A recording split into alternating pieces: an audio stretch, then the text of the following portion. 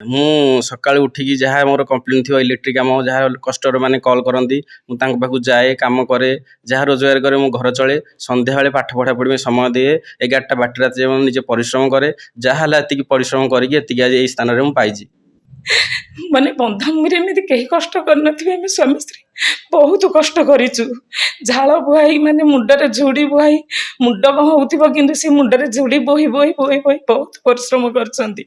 ଏତିକି କହୁଛି, ଏତିକି ଭଗବାନ ପାଖରେ ଅଳି କରୁଛି ଯେ ଭଗବାନ ମୋ ପିଲାଟାକୁ କୋଉଠି ଚାକିରିରେ ଲଗେଇ ଦିଅନ୍ତୁ, ସେତିକି ମୁଁ ଅଳି କରୁଛି। ମୁଁ ବାବାଙ୍କର କିଛି ଦେହ ଖରାପ ହେବା ପରେ ମୁଁ ନିଜେ ଘରର ସମସ୍ତ ଦାୟିତ୍ୱ ବହନ କରି କିଛି କାମ କରେ ଏବଂ କିଛି ରୋଜଗାର କରି ସେଇ ପଇସାରେ ମୁଁ ନିଜେ ପାଠ ପଢ଼ାପଢ଼ି କରିବା ସହିତ ଘରର କାମ କରେ। କଠିନ ପରିଶ୍ରମ, ଏକାଗ୍ରତା ଏବଂ ସାଧନା ଗୋଟିଏ ପାଦ ଆଗକୁ ବଢ଼େଇଛି ଦିବ୍ୟାଲୋକ ସାହୁଙ୍କର। ଦିବ୍ୟାଲୋକ ସାହୁ ନୟାଗଡ଼ ଜିଲ୍ଲା ବନ୍ଧାମୁହିଁ ଗ୍ରାମରେ ସେ ନିଜର କଠିନ ପରିଶ୍ରମ ବଳରେ ଆଜି ଓଜେଇ ର୍ୟାଙ୍କରେ 4 ନମ୍ବର ସ୍ଥାନ ଅଧିକାର କରିଛନ୍ତି ନୟାଗଡ଼ ଜିଲ୍ଲାରେ, ଯାହାକି 1 ନମ୍ବର ସ୍ଥାନ ଏବଂ ଅଲ୍ ଓଡ଼ିଶାରେ 4 ନମ୍ବର ସ୍ଥାନରେ ସେ କୃତିତ୍ୱ ହୋଇଛନ୍ତି ଓଜେଇ ପରୀକ୍ଷାରେ। ଏବଂ ଆମେ ଆସି ତାଙ୍କ ବନ୍ଧାମୁହିଁ ଗ୍ରାମରେ ପହଞ୍ଚିଛୁ ଏବଂ ସିଧାସଳଖ କଥା ହେବା ଦିବ୍ୟାଲୋକ ସାହୁଙ୍କ ସହ। ଦିବ୍ୟାଲୋକ ସାହୁଙ୍କର କ'ଣ ରହିଛି ଲକ୍ଷ୍ୟ, କ'ଣ ରହିଛି ଉଦ୍ଦେଶ୍ୟ ଏବଂ କିଭଳି ଭାବେ ସେ ଆଗକୁ ତାଙ୍କର ଯେଉଁ ପାଠପଢ଼ାର ଜୀବନ ବଢ଼େଇବେ ଏବଂ କ୍ୟାରିୟର କରିବେ। ଦିବ୍ୟାଲୋକ ସାହୁ ବନ୍ଧାମୁହିଁ, କ'ଣ କହିବେ ଆଜି ଆପଣଙ୍କର ଯେଉଁ କୃତିତ୍ୱ ପାଇଛନ୍ତି, ସଫଳତା ପାଇଛନ୍ତି, କାହାକୁ ପ୍ରଥମେ ଶ୍ରେୟ ଦେବେ? ଜୟ ଜଗନ୍ନାଥ। ମୁଁ ମୋ ବାବା ବୋଉଙ୍କୁ ସର୍ବପ୍ରଥମେ ସବୁ ଯାକ ଶ୍ରେୟ ଦେବି। ସେ ମୋ ପାଇଁ ବହୁତ କିଛି ପରିଶ୍ରମ କରି ମୋତେ ଆଜି ପର୍ଯ୍ୟନ୍ତ ମଣିଷ କରିଥିବାରୁ ମୁଁ ତାଙ୍କୁ ବହୁତ ବହୁତ ଧନ୍ୟବାଦ ସହିତ ତାଙ୍କ ପାଦ ତଳେ 100 କୋଟି କୋଟି ପ୍ରଣାମ ଜଣାଉଛି। ମୁଁ ପିଲାବେଳୁ ବହୁତ ପରିଶ୍ରମ କରେ। ବେଶୀ ପାଠ ନହେଲେ ବି ମୋ ଦ୍ୱାରା ଯେତିକି ସମ୍ଭବ ହୁଏ ମୁଁ ସେତିକି ପଢ଼ାପଢ଼ି କରି ଆଜି ଏହି ସ୍ଥାନରେ ପହଞ୍ଚିଛି।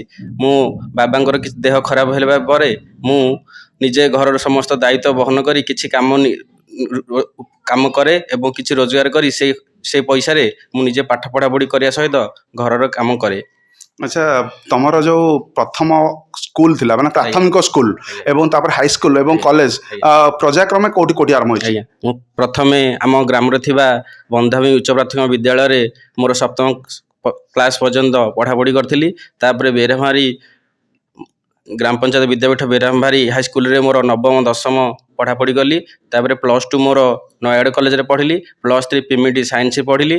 ତାପରେ ବିଇଡ଼ି କମ୍ପ୍ଲିଟ୍ କରିକି କମ୍ପିଟେଟିଭ୍ ପାଇଁ ପ୍ରିପେୟାର ହେଉଥିଲି ଏବଂ କିଛି ଜବ୍ ନ ମିଳିବାରୁ ମୁଁ ବିଟେକ୍ କରିବି ବୋଲି ଭାବିକି କିଛି ଗୋଟେ କ୍ୟାମ୍ପସରେ ସିଲେକ୍ସନ୍ ହେବି ବୋଲି ଓଜେଇ ଦେଇଥିଲି। ମୋର ଏବେ ରେଜଲ୍ଟ ଆସିବାରୁ 4 ନମ୍ବର ର୍ୟାଙ୍କ ଅଛି।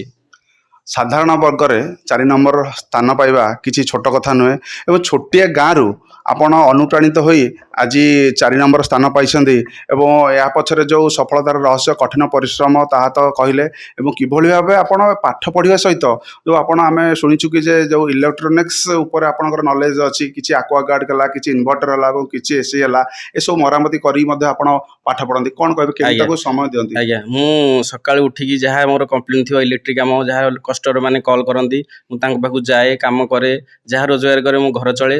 ସନ୍ଧ୍ୟାବେଳେ ପାଠ ପଢ଼ାପଢ଼ି ପାଇଁ ସମୟ ଦିଏ। 11ଟା 12ଟା ରାତି ଯାଏଁ ମୁଁ ନିଜେ ପରିଶ୍ରମ କରେ। ଯାହା ହେଲା ଏତିକି ପରିଶ୍ରମ କରିକି ଏତିକି ଆଜି ଏଇ ସ୍ଥାନରେ ମୁଁ ପାଇଛି।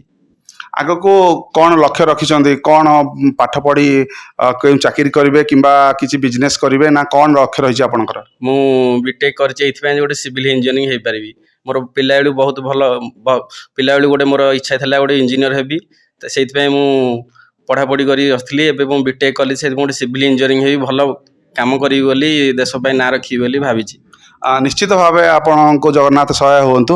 ଏବଂ ଗୋଟିଏ କଥା, ଆପଣ ଯେତେବେଳେ ବିଟେକ୍ ଏବେ କରିବେ ଭଲ ଭଲ କଲେଜରେ ଆପଣଙ୍କୁ ବିଟେକ୍ର ଆଡ଼ମିସନ୍ ମିଳିବ ଏବଂ ସେଠି ଯଦି ସମୟ ମିଳେ କିମ୍ବା ଆପଣଙ୍କୁ ସେଇ ସୁବିଧା ମିଳେ କି ଯେ ଆପଣ କ'ଣ ମଧ୍ୟ ସେଇ ଯେଉଁ ଇଲେକ୍ଟ୍ରୋନିକ୍ସ ଯେଉଁ ଗ୍ୟାଜେଟ୍ ରହିଛି ତାକୁ ସଜାଡ଼ିବା ପାଇଁ ପଛଘୁଞ୍ଚା ଦେବେ ନା ପଛଘୁଞ୍ଚା ଦେବେନି? ନାଇଁ ଆଜ୍ଞା, ଏଇଟା ମୁଁ ଏଇ କାମରୁ ମଣିଷ ହେଇଛି, ଏଇ କାମକୁ ମୁଁ କେବେ ହତାଧାର କରିବିନି। ଏଇ କାମରୁ ମୁଁ ମଣିଷ ହେଇଛି, ମୋ ପେଟ ପୋଷୁଛି, ମୋ ପାଠ ପଢ଼ା ସହିତ ଏଇ କାମ ବି ମୁଁ କରିବି। ଆମେ ସିଧାସଳଖ କଥା ହେଉଥିଲେ ଦିବ୍ୟାଲୋକ ସାହୁ ଏବଂ ତାଙ୍କୁ ପଚାରି ବୁଝୁଥିଲେ ଯେ କ'ଣ କ'ଣ ତାଙ୍କର ରହିଛି ଲକ୍ଷ୍ୟ ଉଦ୍ଦେଶ୍ୟ ଏବଂ ଆମେ ତାଙ୍କ ଘରେ ଉପସ୍ଥିତ ଅଛୁ। ତାଙ୍କୁ ପଚାରିବା ଯେ କିଭଳି ସେ ପୁଅକୁ ଅନୁପ୍ରାଣିତ କରିଥିଲେ ଏବଂ କ'ଣ କ'ଣ ତାଙ୍କର ରହିଛି ସବୁ ପୁଅ ପାଇଁ ଯେଉଁ ସାକ୍ରିଫାଇସ୍ କୁହନ୍ତି ଗୋଟେ ବାପା ମା ମାନେ କରନ୍ତି, ସେଇ ସାକ୍ରିଫାଇସ୍ କ'ଣ କ'ଣ ରହିଛି। ମଉସା, ଆପଣ ଦିବ୍ୟାଲୋକ ସାହୁଙ୍କର ବାବା, कौन कहबे हाँ आज्ञा नमस्कार। केमिति पुओ को एते बाट पर्यंत आपण पाठ पढ़ेले कौन कौन सब तापई त्याग करछन्दी सब बापा मानकर किछि न किछि तो त्याग थाए आपनकर कौन रहिछि त्याग मोर प्रथम लक्ष्य है मो छुआटी बेलू पिला केमती मनीष कर मनीषटे समाज में गढ़ी तोलिबी एवं मजूरी लगी खटी परिश्रम कर मुंडे झुड़ी बोही केमती मनीषटे कर गढ़ार मोर प्रथम आगु लक्ष्य थिला। तेणुक परिश्रम कर झाड़ बोही कि परिश्रम करी आज स्टेज रे पहुंचे। आज पुअर सफलता पछरे जतले आपण सुनिले कि जे नयागढ़ जिल्लार 1 नंबर एवं ऑल ओडिशा रे 4 नंबर स्थान रे अछंदी केते मात्रा रे आपण खुशी थिले ए खुशी तो मुझे शुणा को अपेक्षा थी। मौसी आपणकर नमस्कार। कौन कहबे पुओ प्रति जो त्याग रही किभली भाव आपण पुओ को पाली पोषी बड़ करिसेंदी एवं निहाती भाव गोटे आज सफलतार शीर्ष रे पुओ पहुंची पारछि कौन कहबे आपण आज्ञा नमस्कार। मु मंजुबाला साहू मो स्वामी प्रमोद कुमार साहू पुओ ना दिव्यालोक साहू मु ए बंधामुई बहुत कष्ट आ परिश्रम आम स्वामी स्त्री जाक करूँ केवल ये पुओ लगी पुओ को परिश्रम करी आज एडू एडटे करूँ किंतु मो पुओ हीरा खंडिए एमती पिला मु संसार रे देखिनी बापा माँ कर्तव्य घर पाई कर्तव्य बाबार देह खराब बोर देह खराब सबू जिनस तार लक्ष्य आते भी पाठ पढ़ा परिश्रम केमिति मु सकाळ पाइले कर्म करी जय जगन्नाथ मु डाकुची भगवान मत कि कर्म दियो सकाळ पाइले डाकिब भगवान मत कर्म दियो से कर्म पाई आज आम मनीष पिलाटा को खाली लक्ष्य करी मो पिला केमती टिके भगवान चाकरी खंडे देले से मोर दुख जीव मु बहुत परिश्रम करें स्वामी स्त्री दी जन माने मजूरी ठू धरिकी जे जो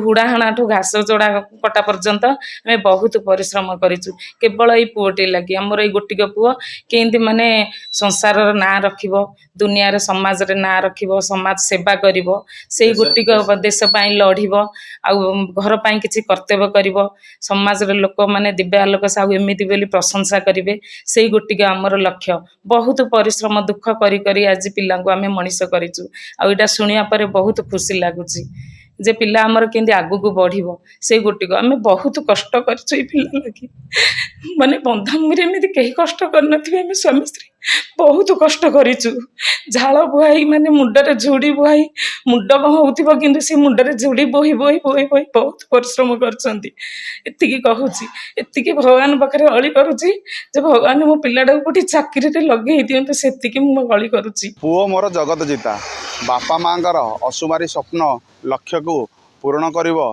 दिव्यालोक नयागढ़ जिल्लारू रश्मिरंजन परिडा प्रतिदिन टीवी।